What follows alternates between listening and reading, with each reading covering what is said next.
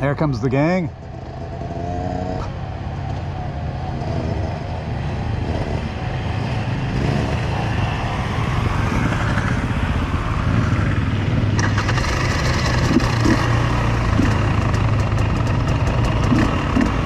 So this is the third part to the three-part series for our trip down in the Negev desert. And where are we for this trip?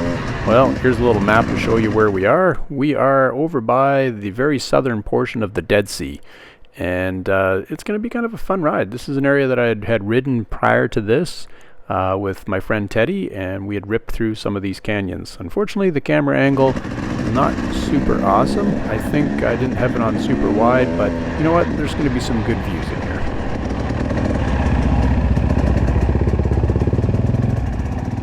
So after yesterday's ride, we loaded the bikes up and we hauled them down to our campsite, which was down by the Dead Sea. A few riders from yesterday's ride didn't come along. They peeled off and went home, and a couple new riders joined us, so we're still probably roughly 10 people. But like I said, I've ridden this little canyon before, and it is an absolute blast. Today we're going pretty easy, just kind of riding with the group, and you'll see that I end up playing around in a lot of the little side areas and stuff, but there's no racing through here for today, but you can.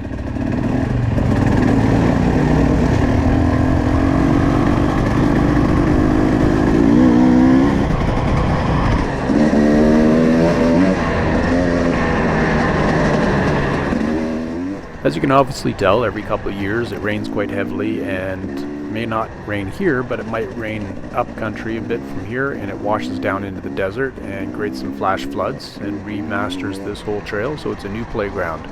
So if you're headed back out there and you haven't been for a while, it pays to go a bit slow, because you could run into a pretty deep hole in the ground if you're not paying attention.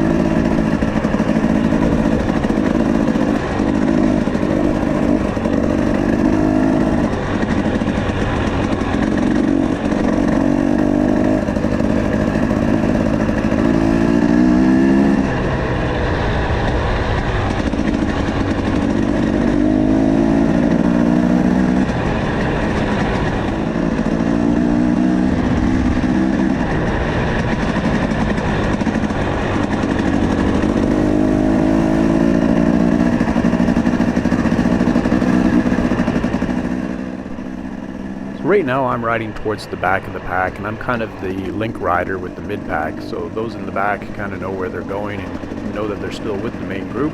I've lost sight of the main group up front, and I think the lead riders are probably ripping along at a good pace. I'm going to do some of that later on though.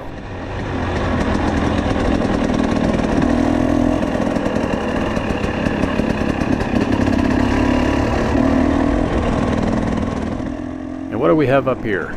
Rider down. He's okay, but the bike's down. And if you remember from day one, this is the same rider whose bike was so heavy to get turned around, the big heavy DR. And if you also recall, he's broken his shoulder not too long ago, and it's just healing up now, so he's a bit reluctant to try and pick this bike up by himself.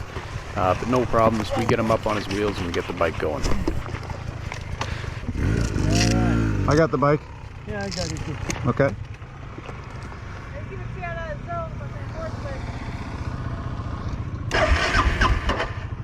Oh, it's floating. Yeah.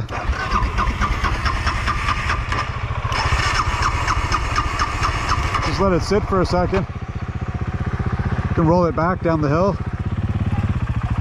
Like this? No, just push it down here. If you let the clutch out, I'll hold the front brake. Yeah. Makarapo! Makarapo! Ragil! Makarapo! You got the bike? Yours?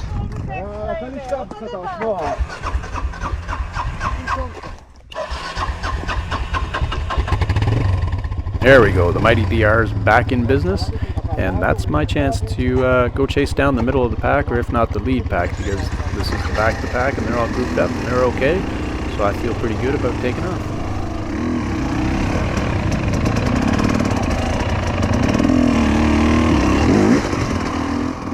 I guess Ronnie was thinking the same thing, because that's her out in front of me.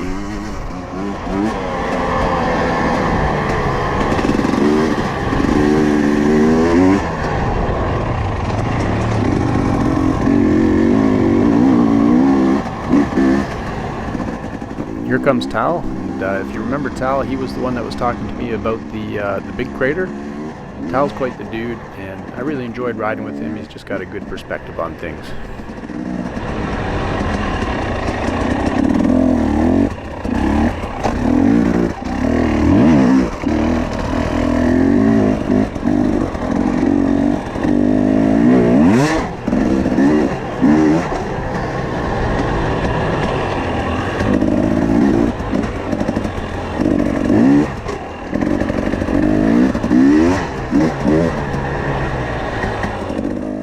This whole area is such a playground. You can see that I'm just taking the rougher trails or the crappier lines just to play around, but you can also see there's lots of ledges you can drop off and things you can jump up or stuff you could climb. It's just all kinds of things.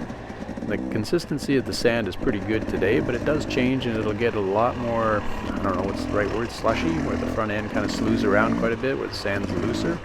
But right now it's kind of firm, there's a bit of moisture in it from the morning, so we're doing all right.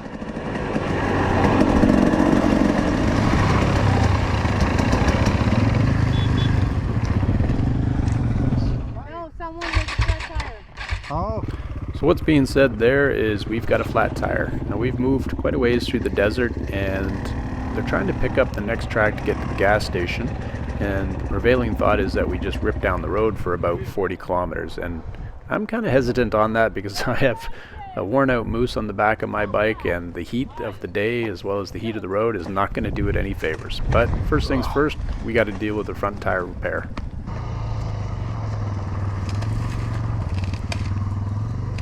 And that's no problem. We're just going to stack a couple rocks under the skid plate of the 690 here that belongs to Ronnie's husband, and we'll get that tire off in a jiff and patched up and be on our way. Well, in actuality, it's not going to be in a jiff, whatever that is in a timeline. We're going to hang out here for a little while.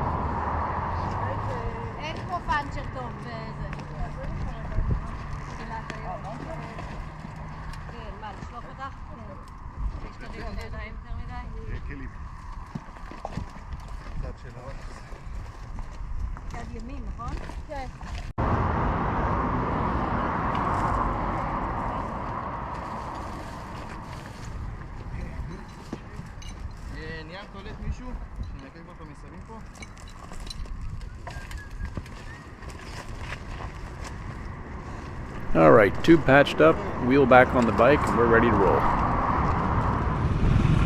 uh-oh, split it in.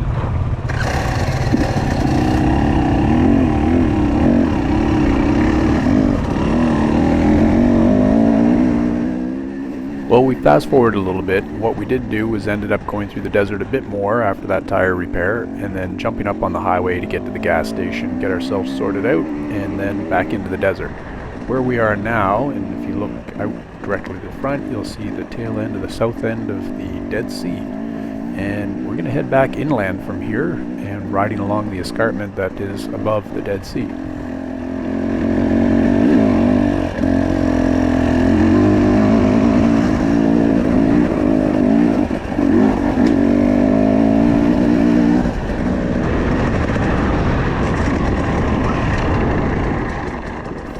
These kind of rides are not necessarily about, well, definitely not about racing through the desert. Those are like day sprints.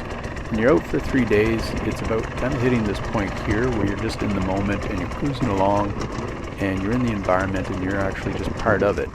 And that's the joy of being on a dirt bike or a motorbike of any kind. You're in the environment, you're part of it, and you're experiencing it kind of firsthand.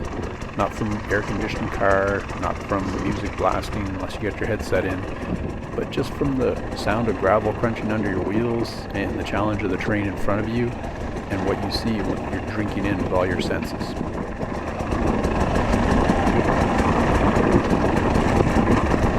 That was a big fucking hill. Yep, and I'm just in the moment. It's a big fucking hill. Too hard to control. It's hard to do threshold. Pressing the brakes all the time. I can't help it. I always hit them again and again. Did they turn around? I think there is a way around. That's why. Ah. We did wait there for a little while. A few more people came down the hill. Some elected to go around, and that's great because there was options to get around. And if you're not comfortable, particularly after a long multiple day ride, you really ought not to push it. Just find a way around and keep riding. So the gang's all back together now, and we're going to keep on going.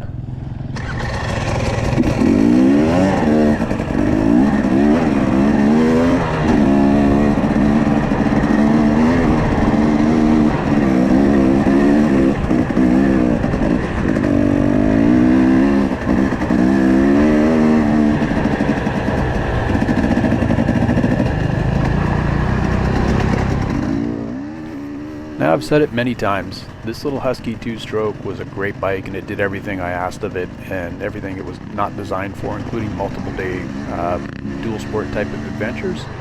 But in these kinds of terrains and looking at what's out in front of me, man, a 450 or a 500 would have been a blast.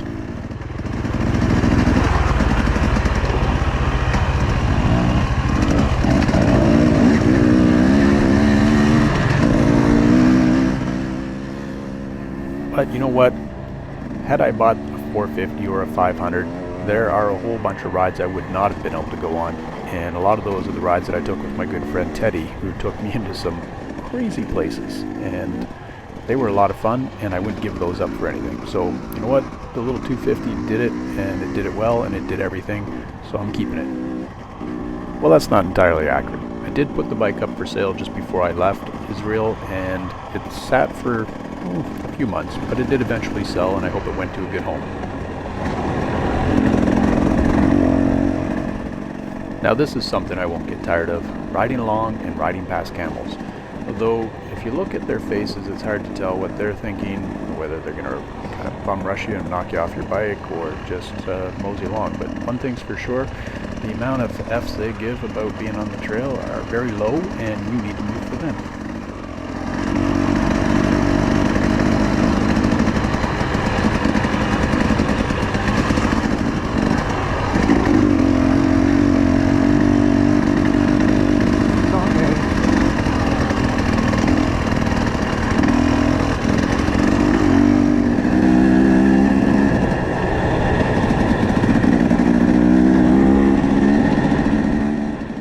Well, this seems like a good time to wrap up this video. So this is the end of the 3-part series for a 3-day trip into 3 different locations in around the Negev desert. And I hope you guys enjoyed it.